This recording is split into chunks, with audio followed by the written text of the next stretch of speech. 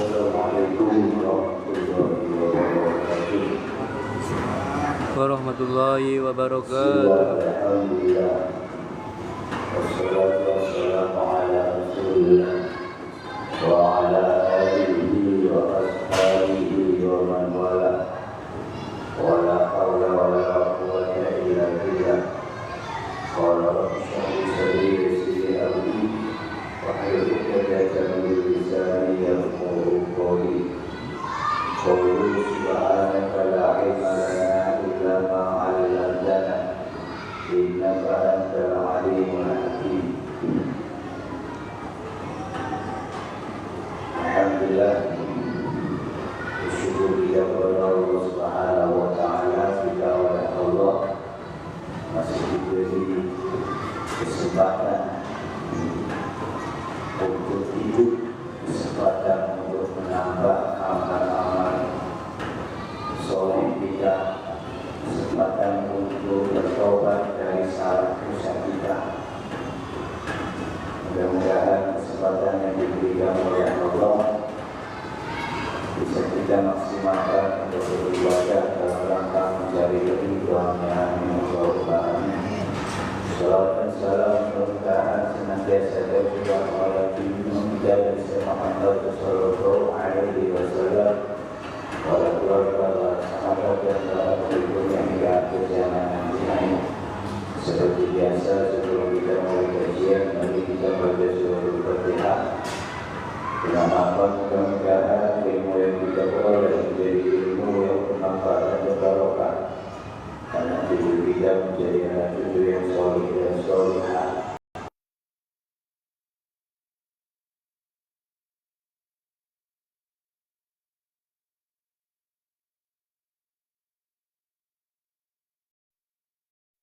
Biasa masyarakat Muslim, mudah-mudahan senantiasa dalam dan ampunan dari Allah Subhanahu wa taala, dilapangkan kuburnya, diangkat derajatnya, diterima amal kebaikannya. Keluarga kita yang masih ada, orang tua kita masih ada, guru-guru kita masih ada, dan kita semuanya mudah-mudahan senantiasa dijaga dan dilindungi oleh Allah Subhanahu wa taala. Dijauhkan dari bahaya, dijauhkan dari lapar, dijauhkan dari bala. Bapak urusan kita dimudahkan jalan isi yang halal dan barokah. Amin. Baik sisa umur kita, kita berubah hajat permohonan kita. Keluarga yang sakit, jangan dan yang sakit, kemudian segala itu syukur Allah Subhanahu wa taala. Keluarga kita, jamaah kita, saudara kita, mungkin ada yang mampu menunaikan ibadah haji. Mudah-mudahan jaga dan lindungi Allah Subhanahu wa taala. Sehat jasmani rohaninya, maksimal ibadahnya, lancar ibadahnya, sehat dan menjadi haji yang mabrur. Kita yang mendoakan juga mudah-mudahan segera dipanggil pada Allah. Amin. Untuk bisa segera haji atau umrah. Amin. Ya Allah, sallallahu alaihi wasallam. Alhamdulillah. أعوذ بالله من الشيطان الرجيم. بسم الله الرحمن الرحيم. الحمد لله رب العالمين الرحمن الرحيم مالك يوم الدين. إياك نعبد وإياك نستعين. اهدنا الصراط المستقيم صراط الذين أنعمت عليهم غير المغضوب عليهم ولا الضالين. آمين. بسم الله الرحمن الرحيم. قال المؤلف رحمه الله ونفعني وإياكم بعلم آمين. Satu dua minggu yang lalu kita kaji bahwa paling berat dan sulitnya suatu amal itu ada 4. Suatu perbuatan yang paling sulit ada 4. Yang pertama al-'afwu 'indal ghadab, memberi maaf saat marah. memaafkan orang lain pada saat marah itu adalah sesuatu yang paling sulit, padahal pahalanya besar, fadilahnya besar. Maka Allah anhu adalah siapa orang yang bisa menahan amarahnya, maka Allah mencegah dari dia sisanya. Yang kedua, sesuatu yang paling sulit itu al-judil usra, punya sifat dermawan pada saat kesulitan, mau berbagi pada saat tidak punya. Dalam kesulitan ekonomi tapi masih mau berbagi, itu adalah sesuatu yang paling sulit. Yang ketiga adalah al-kifah fil khulwah, mencegah diri dari perbuatan haram pada saat sendirian, gak mau bermaksiat, gak mau berbuat dosa pada saat sendirian. Itu adalah sesuatu yang sulit. Kalau di tengah keramaian kita bisa menjaga, mau nonton yang enggak, mau merancang atau mau nipu orang, mau berbuat maksiat yang lain ketika banyak orang, ya biasa bisa nahan. Tapi kalau sendirian itu adalah sangat sulit, karena kesempatan untuk berbuat haram itu terbuka lebar, tidak ada orang tak. Yang keempat, sesuatu yang paling sulit adalah qaulul haq bima yakhawfuhu aw yarju, ucapan hak, ucapan benar kepada orang yang dia takuti atau orang yang dia harapkan pengampunan atau pemberian. Ya Pak Lurah, Pak RT, Pak Camat, Pak Bupati salah, kita mau negur itu sulit, berat, angin. Karena apa? Karena kalau ditegur, nanti bantuannya tidak turun. Pak RT, Pak Lurah, kalau ditegur nanti ketika ada urusan dipersulit. Padahal jelas-jelas sah.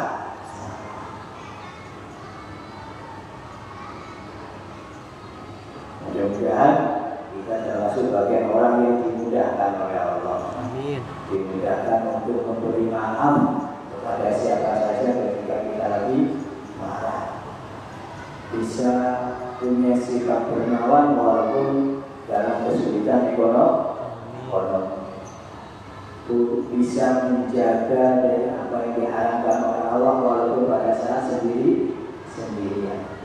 Dimudahkan oleh Allah untuk bisa berucap yang baik walaupun kepada orang yang kita segani atau kita takut.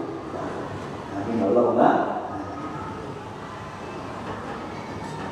Wal maqalatu sabi'atu wa thalathun. Maqalah yang nomor 37. Qala ba'dul ulama, sebagian ahli mengatakan begini: jami'ul ibadati minal ubudiyyah arba'atun. Seluruh ibadah yang sifatnya penghambaan, ubudiyah, dari rukun-rukun Islam itu ada 4. Jadi siklusnya porosnya itu ada 4. Jadi ibadah yang kita lakukan dari rukun Islam, apa saja rukun Islam? Syahadat, sholat, zakat, puasa, haji. Itu sebenarnya kalau disimpulkan berputar di 4. Yang pertama apa? Al-wafa'u bil uhud, memenuhi janji. Apa yang dimaksud wafa' bil uhud di sini? Huwa ada fara'idil ta'ala, menjalankan apa yang telah diwajibkan oleh Allah Subhanahu wa ta'ala. Jadi ini ibadah ubudiyah kita dari rukun Islam itu yang pertama lingkupnya pasti itu urusan bagaimana kita melaksanakan kewajiban Allah. Sholat, puasa, zakat, haji, itu yang pertama. Memenuhi janji kita sebagai orang yang telah berikrar bahwa tidak ada Tuhan selain Allah, ya dengan cara kita memenuhi janji itu apa? Melaksanakan perintah-perintah Allah. Itu yang pertama. Yang kedua, wal muhafadzatu 'alal hudud, menjaga batasan. Maksud menjaga batasan itu apa? Wajibina muharramatillahi ta'ala, menjauhi apa yang diharapkan oleh Allah. Jadi yang pertama lingkupnya itu bagaimana kita bisa memenuhi kewajiban. Sebagai seorang hamba tentu kita diwajibkan oleh Allah dengan berbagai macam kewajiban. Bagaimana kita bisa melaksanakan dengan maksimal. Yang kedua lingkupnya adalah menjaga larangan. Bagaimana kita bisa menjauhi apa yang diharapkan oleh Allah. Apa itu? Banyak yang diharapkan oleh Allah: hamar, berzina, nipu, mencuri, buka aurat, apalagi yang macam-macam. Yang diharapkan Allah itu dijaga, dengan artian dijaga itu dijauhi. Ini menjaga hukum-hukum Allah, menjaganya dengan cara dilakukan salah. Dengan artian menjaga hukum-hukum Allah itu menjauhi apa yang diharapkan oleh Allah. Batasan-batasan yang sudah ditentukan oleh Allah itu dijaga. Itu yang kedua. Jadi lingkup ibadah kita itu yang pertama melaksanakan kewajiban, yang kedua menjauhi larangan. Yang ketiga wasabru 'alal mafqud fi mahbubati, sabar atas apa yang tidak ada dari apa yang kita senangi. Sabar. Ini gak orang sabar.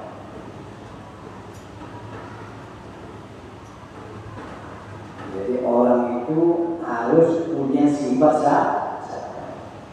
Jadi hukum-hukum Allah atau rukun-rukun Islam atau pengabdian kita yang berbentuk ibadah itu, yang ketiga itu lingkupnya harus ada dasar sabar. Yang keempat, wal ridha bil mawjud, ridha dengan apa yang ada. Jadi kalau tadi sabar atas apa yang tidak ada, yang keempat ridha ikhlas menerima dengan apa yang sudah ada. Minal mato'imi berupa makanan-makanan, wal malabisi pakaian-pakaian, wal masakini yang tepat di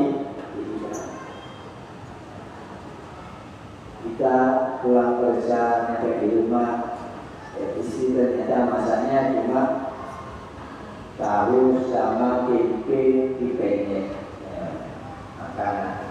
Jadi syukuri, jangan sampai kita nyampe rumah karena capek yang mencari uang, nyampe di rumah sudah punya apa istilahnya, karena sudah merasa tadi ngasih uang belanja 100.000 dan istri, nyampe di rumah kok cuma tempe tahu penyek. Ngamuk, masa opo kan sudah kasih uang 100.000 kok masanya tahu tempe. Ini namanya nggak ridho dengan apa yang sudah ada. Ini kadang ini merasa sudah ngasih belanja banyak, boleh duit, terus ngasih. Kok ternyata hanya diberitahu tempe sama ikan asin. Dan memang ikan asin sama tahu tempe kalau dimakan setiap hari itu bikin orang darah tinggi. Marah-marah sampai kok setiap hari kayak ini, gak bosan Pak. Padahal kadang kita nggak tahu uang belanja tadi yang 100.000 itu kita nggak tahu untuk apa saja. Kadang kalau sudah isi rinci malah 100.000. Coba itu 100.000 beras saja habis. Siapa tidak tahu kan berasnya habis. Beli berapa? Beli 2 kilo atau 5 kilo. Nah, sudah berapa 5 kilo? 60 lebih. Sekarang berapa? Habis itu belanja ini ada bakso, anaknya tidak bakso. Ternyata mungkin ternyata. Akhirnya dengan terpaksa istri belanja lauk hanya cuma tahu dan tempe. Setelah dijelasin baru kita sadari, Allah, kenapa saya laku marah tadi? Tidak tanya dulu untuk apa kalau saya itu. Ternyata masih kurang. Kadang kita sebagai suami kan ada egonya, ada ego, merasa simbol duit, merasa yang capek. Kadang kalau dibalik sama istri saya yang kerja, sampai yang ngurus rumah, kadang kita nggak takut. Ngurus anak, coba ngurus anak. Dulu saya waktu awal punya anak pertama, kalau sudah istimewa pengajian di masjid, itu dulu yang mau ikut kajian, baru setengah jam nggak sanggup, tak antar ke musola karena musola dekat dengan rumahnya, nggak sanggup. Bayangkan istri kita 24 jam, 24 jam ngelawangnya anak ini, nangis. Kadang kita nggak tahu capeknya, kita tahu capeknya kita sendiri karena merasa panas dan hujan. Ridho itu mawujud, ridho dengan apa yang sudah ada, baik itu dari sisi makanan ataupun malabis pakaian atau masakin tempat ini. Mudah-mudahan kita termasuk orang yang bisa melaksanakan memenuhi janji kita sebagai orang yang mengaku beriman dengan Allah dan Rasulullah dengan artian kita melaksanakan kewajiban di. Yang kedua, mau menjaga hak-hak hukum atau batasan Allah dengan cara menjaga apa yang diharapkan oleh Allah. Yang ketiga, dengan punya sifat sabar atas apa yang tidak ada. Yang keempat, ridho dengan apa yang tidak ada. Mudah-mudahan kita bisa mengamalkan. Amin. Itu bab yang ke-44. Sekarang babul khumasi. Babul khumasi, bab yang menjelaskan 5-5. Misalnya ada 5/5 gitu kan. Wa fihi sab'atun wa 'ishruna mau'idah, di dalamnya ada 27 mau'idah nasihat. Sittatu akhbar, 6 hadis, wal baqi asar, lainnya asar. Jauh-jauh para sahabat. Al-maqalatul ula, maqalah yang pertama. Paham tadi Pak? Gampang. Cara mencernanya gampang. Yang suci itu cara praktekkan. Ngamalin balik. Tapi kita nggak boleh putus asa. Karena dengan upaya semaksimal kita untuk beramal baik itu sudah ada nilai tersendiri, walaupun ternyata di tengah jalan kadang kita masih terpleset. Jadi kita berusaha kenceng gitu, ternyata seorang pleset. Itu Allah maklum kan? Kalau kita mau beristighfar diampuni oleh Allah, daripada kita nggak ada upaya jalan kenceng, jalan belok, nggak ada impian. Istilahnya kita ketika kita ngaji, kita beramal dengan maksimal, berusaha mengamalkan apa yang kita tahu, apa yang kita dapat, dan ternyata tidak maksimal. Ya, karena memang kalau perintah itu ada embel-embel mustaqab. Jadi apa yang diperintahkan oleh Allah kerjakan semampu. Jadi kalau perintah itu enak. Jadi perintah itu mengerjakannya mustaqab, semampunya. Kayak orang sholat Wajibnya sholat wajib itu berdiri, tak mampu berdiri, duduk, tak mampu duduk, berbaring, tak mampu berbaring, isyarat pakai mata. Ya, tak bisa, tak mampu bisa pakai mata, pakai apa? Dari hati mentok. Jadi kalau perintah itu. Tapi kalau larangan nggak ada istilah bertahap, langsung kau juga itu sekaligus. Kalau larangan tidak kuat ya Allah, minum obat nggak kuat ya Allah. Kalau saya harus berhenti 1 botol, saya kuatnya kalau berhentinya setengah botol. Nggak bisa, karena jauh. Kuat nggak kuat harus dijauh. Al-maqalah kedua, maqalah yang pertama. Ruya Nabi sallallahu alaihi wasallam dari Muhammad sallallahu alaihi wasallam. Man ahana khamsatan minan nasi khasira khamsatan. Siapa orang yang merendahkan, menghinakan, meremehkan 5 orang, khasira khamsatan, maka dia akan rugi akan 5 perkara. Ahlaka khamsata umurin, dia akan kehilangan 5 perkara. Yang pertama, manistakhofa bil ulama. Siapa orang yang menganggap remeh akan ulama.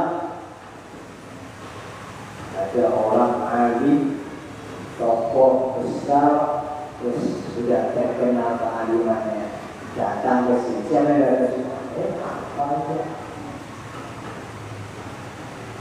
Karena mungkin bukan guru kita di pondok atau bukan kiai kita di kampung, tapi kiai pondok lain atau tokoh dari daerah lain.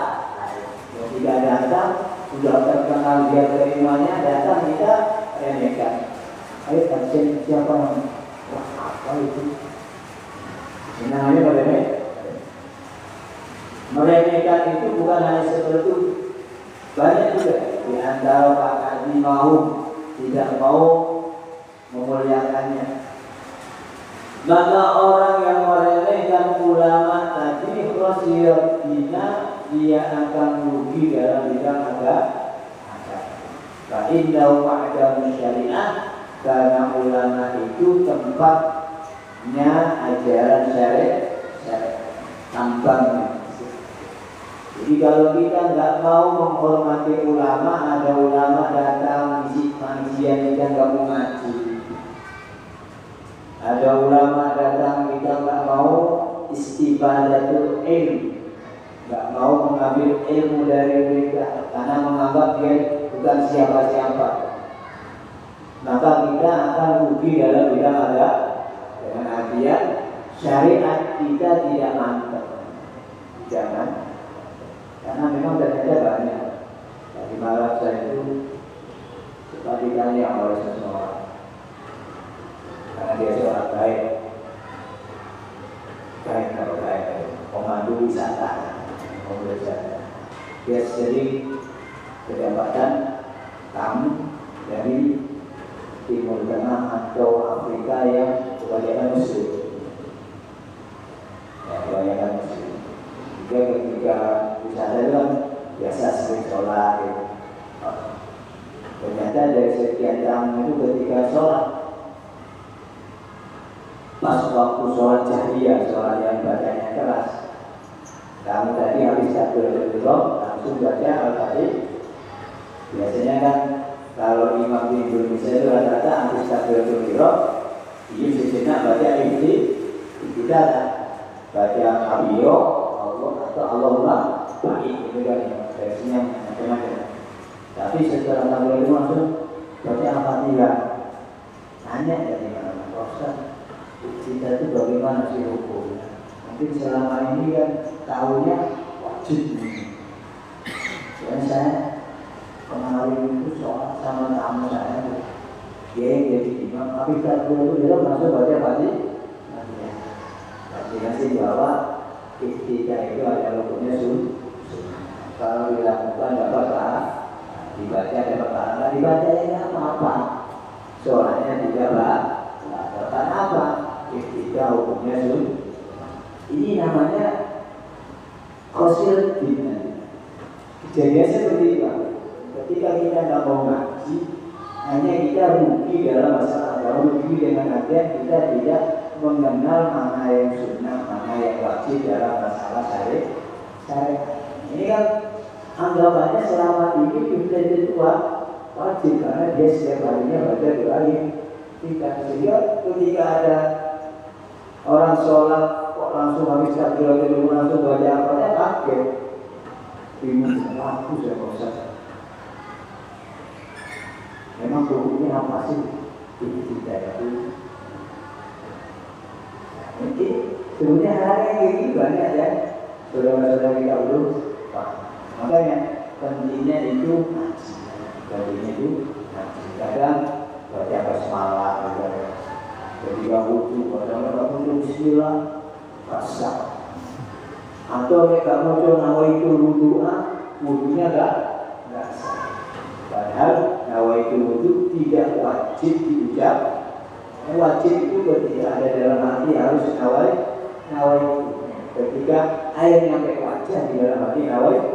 Masalah Bismillahirrahmanirrahim nawai itu wudhu itu enggak wajib. Kadang orang ketika masuk tangan ini sudah nawai itu wudhu. Ketika masuk ini nawai itu wudhu ini hilang. Tidak ada sama. Itu penting hal yang seperti itu. Bagaimana wudhu itu kadang ada orang yang wudhu cuma begini raut atau ambil airnya dibuang rusak. Bagaimana wudhunya? Ini biasa. Kenapa? Wajah itu harus tiba kita langsung dengan aja ambil air yang banyak ini yang sampai bukan ambil airnya dibuang ke sini. Ini yang rusak, istilahnya masuk. Kalau wajah harus bos juga. Pada saat sampai tubuh rambut sampai kaki sampai bawah ya. Kalau ada orang yang begitu begitu, ada ini hari gitu lagi. Tangan dia gitu. Sampai harus itu ada yang juga sampai di sini. Ini dari bolongan. Makanya kalau Imam Malik itu ada wajib kalau jadi gosok ini sampai di gosok ini meratakan dengan cara digosok ini kalau kemarin kalau masalah itu punya wajib. Kalau masalah kan apakah wajib gosok ini? Yang penting rata. Jika kotor bisa gini jadi masalah. Jadi itu penting sebetulnya. Bagaimana telinga, ya. Kadang ada orang telinga itu tidak bisa telinga tidak sah. Ada telinga punya sunnah. Jadi habis mengambil kepala langsung kaki tak jadi masalah. Bukan musik telinga ya. Sah itu. Kita tetap sekarang apa musik telinga sunnah. Kadang saudara-saudara kita banyak yang kurang paham. Atau sholat Allah Akbar, Kabiro. Terus apa mana? Tangan tadi ketika takbir Allah Akbar, nggak pakai ini. Rasa itu takbirnya nggak pakai angkat tangan. Angkat tangan ini nggak wajib. Wajibnya Allah Akbar. Ketika ruku Allah Akbar, nggak pakai Allah Akbar. Gak baca Allah Akbar. Ini jadi masalah karena takbir tujuannya gak wajib. Ini wajib takbir terima Allah Akbar pertamanya.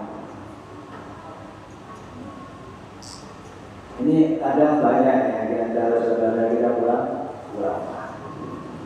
Sehingga ketika ada yang nyeleneh kayak gitu kadang, ribut. Rasa imam kenapa? Gak dengar salamnya imam atau gak dengar takbirnya imam. atau imamnya nggak tahiyat awal, baik sengaja atau lupa, nggak tahiyat awal, maghrib langsung ngaget dulu, kalau luluhnya jelas, luluhnya terakhir. Bagaimana cara maghribnya? Ya tetap sah karena tahiyat awal hukumnya sunnah, hukumnya sunnah. Jika Syafi'i kalau lupa dikabar sujud sahwi.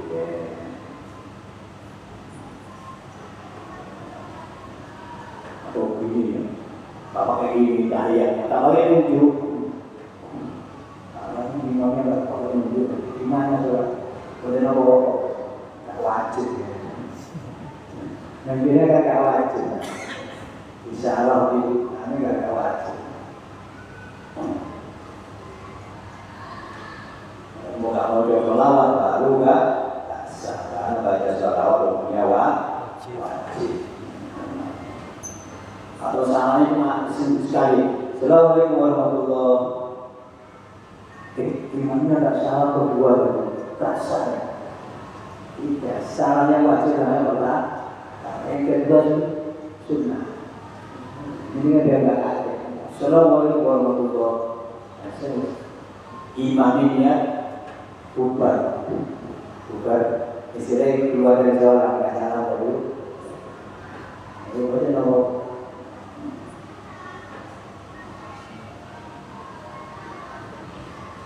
Kadang kita yang maka penting kita belajar. Kalau ada ulama jangan dianggap itu yang pertama. Orang yang menghina atau tidak memuliakan ulama maka dia akan rugi dalam bisa ada. Jadi kalau akhir nanti kalau lihat orang soal model-model, ada yang nggak sedekap, ada yang nyektor dulu ini sedekap jadi macam-macam.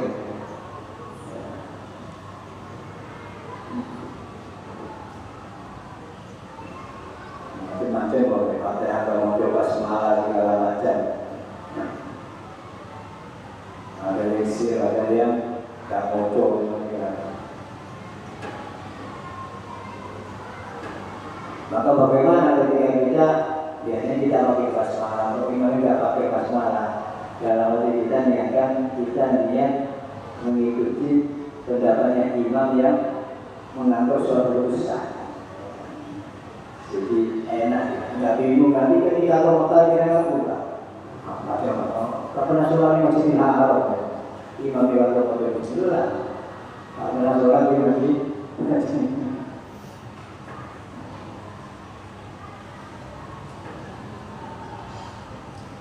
Itu nggak? Ini dapat ribuan derajat sholat masyarakat, tapi bingung gimana kok masih Bismillah kan?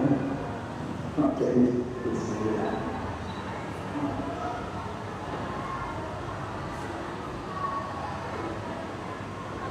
Wa man istakhafa bil umara khasirat dunya. Siapa orang yang menghina, meremehkan para pemimpin, para penguasa, khasirat dunya, maka dia akan rugi urusan dunia. Kenapa? Li'annahum alladzina yurattibuna umur dunya wa zamanuha bi'aidihim. Karena mereka itu adalah orang-orang yang punya wewenang mengatur urusan duniawi dan kendali ada di dalam kekuasaan mereka. Kita di sini lah lapangannya, di sini Pak Lurah itu Lurah Nomor, Lurah hukum Aceh udah apa? Ada Pak Lurah kita, nampak hari leket Pak Lurah.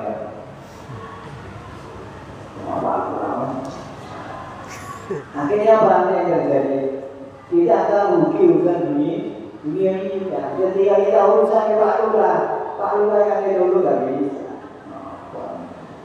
Nggak perlu pakai. Kenapa?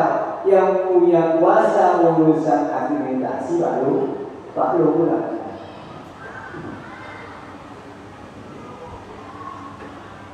Yang punya wewenang ini oleh jatah bantuan apa enggak ya Pak Lurah.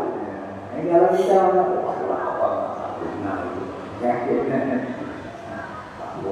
Pak Lurah sedih. Ya, kedengaran siapa sih ngomong itu? Si awal di tanda merah sama Pak Lurah si awal urusan dengan diriku urusan ada asli dan apa lewat. Maka istilahnya khosiratun urusan dunia yang baru. Kenapa? Karena mereka penguasa, pejabat yang dalam ini punya kekuasaan bisa mengatur urusan duniawi. Kendali urusan duniawi kalau kita administrasi, ya mereka yang punya harga sembako. Siapa yang menentukan? Ya, penguasa punya wewenang. Nenek beras, tapi udah 100.000. Enggak kelabakan. Rakyat tidak keren dari bawah. Ada penguasa beras 100.000 sekilo, bensin 100.000 seliter. Bingung dia. Penghasilan kita sehari 100.000, makan 2 kilo, kurang harus saya ubi 100. Belum bensin 100.000 1 liter, lebih 200. Tambah rempuk masalah. Yang ketiga, wa man istakhaffa bil jirat.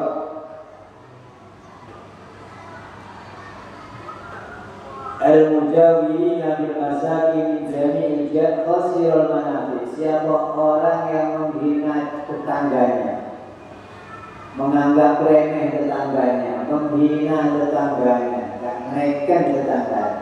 Tetangga itu siapa sih? Al-mujawirina bil masakin dia menjadi jihad. Jadi orang yang berdekatan rumahnya dengan kita dari segala arah, depan, belakang, samping kanan, samping kiri, itu sedang. Kalau dalam kita itu sampai jaraknya 40 rumah. 40 rumah ke kanan, kalau ke depan, 40 rumah ke belakang, itu tetap. Kalau kita meremehkan, menghinakan tetangga kita, maka apa yang akan terjadi? Khosiran mana? Kita akan rugi tentang kebaikan-kebaikan. Al-khairat allati yatawassalu ilaihi. Kebaikan-kebaikan yang akan menjadi perantara terhadap apa yang kita inginkan. Kita punya acara ini, acaranya sukses, mau mantu. Bagaimana bisa sukses kalau banyak yang baik? Ketika kita tak fokus dengan tetangganya dianggap tidak apa, peran apa, pas kita punya butuh seperti itu, kira-kira tetangga mau dulu enggak? Mungkin mau. Benar, Pak. Saya sampai punya pengalaman sendiri. Tetangga dia punya tetangga dia punya adalah Pak, tempat saya tulis apapun yang memakai menggunakan fasilitas asal bukan orang. Ini nyata ini. Orang belakang dan bukan orang. Kalau orang itu tetangga mungkin di sini juga ada. Ada, tapi walaupun tidak seperti itu, tapi mudah-mudahan tidak ada, mudah-mudahan tidak ada. Benar ya? Kadang punya acara, sing nurungi bukan tetangga kita, tetangga jauh, atau saudara jauh. Tetangga kita ini apa? Harus ikut. Maka orang yang seperti khosirul manam, rugi tentang kebaikan atau manfaat-manfaat yang akan menjadi perantara kita bisa meraih apa yang kita ingin. Maka hati-hatilah dengan tetangga. Nabi mewasiatkan dalam sebuah hadisnya, "Walladzi nafsi biyadihi la yu'minu 'abdun hatta yuhibba li jari ma yuhibbu li nafsihi." Demi zat yang jiwaku berada di dalam kekuasaan yang ada Nabi. Hadisnya Imam Muslim. Tidaklah sempurna seorang iman seorang hamba sehingga dia mencintai tetangga seperti hanya mereka mencintai dirinya sendiri. Kalau kita ditakut rasa sakit, maka jangan sampai ngaku orang lah, apalagi tetangga. Kalau kita dirasani merasa sakit, maka jangan sampai kita ngerasani orang lain terutama tetangga. Karena apa yang dirasakan oleh tetangga kita yang kita rasani itu, yang kita gunjingi itu, sama persis dengan ketika kita digunjingi oleh orang lain. Kalau kita tidak suka diperlakukan tidak enak dan tidak baik oleh orang lain, maka jangan sampai kita memperlakukan orang lain dengan tidak baik, terutama tetangga. Karena ketika kita memperlakukan tetangga tidak baik, maka tetangga itu pasti hatinya tidak baik. Begitu pula dengan kita. Ketika kita merasa senang ketika menerima hadiah dari orang lain atau dari tetangga, maka senang-senanglah kita juga ngasih hadiah kepada tetangga. Karena perasaan tetangga bahagianya sama dengan kita. Yang penting harus tahu jangan sampai ngasih hadiah kepada istrinya tetangga. Ini bahaya. Kalau kasih istrinya pas nasinya ketika suaminya nggak ada di rumah, bahaya.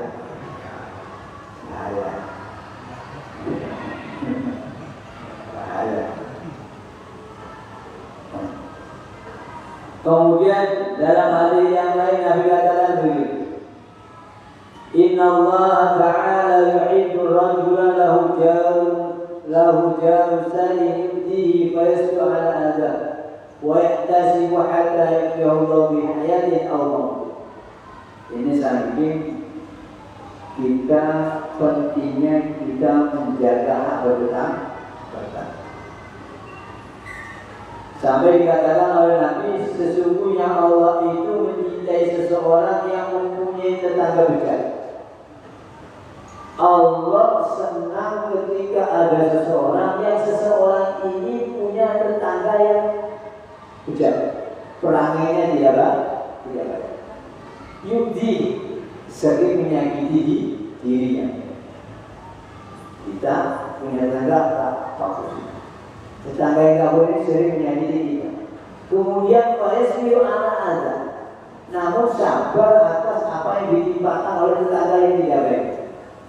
Sampai lewat telinga, bagi pada dipotoli, tapi sabar, gak balas.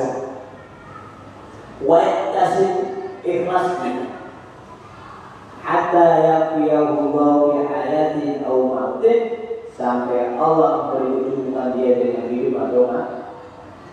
Ini Allah cinta kepada orang seperti itu.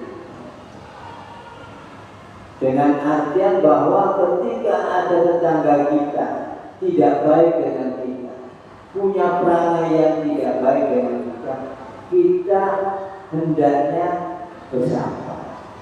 Kalau kita ini dicintai oleh Allah, tidak membalas kejahatan tetangga.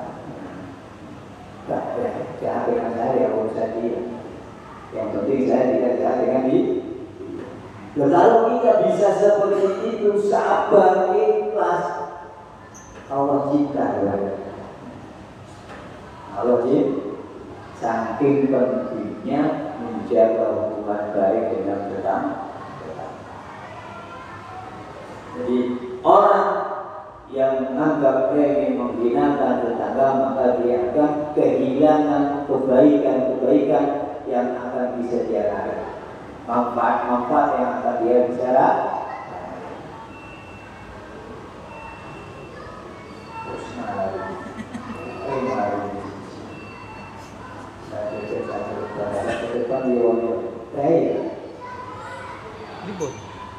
maksudnya boleh kambing. Nggih. Berarti ibu lagi takut kesel. Kesel mereka menang satu. Mudah-mudahan kajian yang barusan kita kasih bermanfaat dan bisa kita amalkan. Allahumma Amin. hari Kamis itu hari Arafah, disunahkan puasa. Hari Rabu juga ada yang mengatakan disunahkan puasa tauiyah, walaupun hadisnya dhaif, tapi boleh diawalkan. Rabunya tanggal 8 boleh itu hari tauiyah. Kalau ada sebagian ahli mengatakan hadisnya dhaif. Ya, hari Kamisnya tanggal 9 Dzulhijjah hari Arafah, puasa sunnah Arafah. Kalau bisa dua-duanya, kalau nggak bisa ya Arafahnya diambil. Arafah diam, mudah-mudahan fadilah dari puasa tauiyah atau Arafah yang bisa menghapus dosa setahun yang lalu dan dosa yang akan datang diterima dan dikabulkan oleh Allah Subhanahu wa Ta'ala. Kesempatan seperti ini akan datang lagi. Kita nggak tahu kesempatan datang kapan. Mumpung nanti ada kesempatan puasa Arafah, kita puasa. Mudah-mudahan bisa yang punya rezeki lebih, monggo buat, monggo. Silakan monggo. Subhanallah wa bihamdika, asyhadu an la ilaha illa anta, astaghfiruka wa atubu ilaik. Allahumma ahdina ma yanfa'una wa anfa'na bima 'allamtana wa zidna.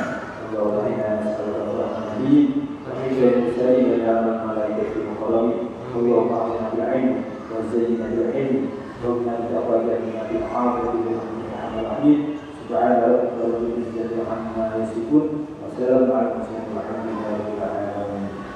السلام عليكم ورحمة الله وبركاته. Waalaikumsalam warahmatullahi wabarakatuh.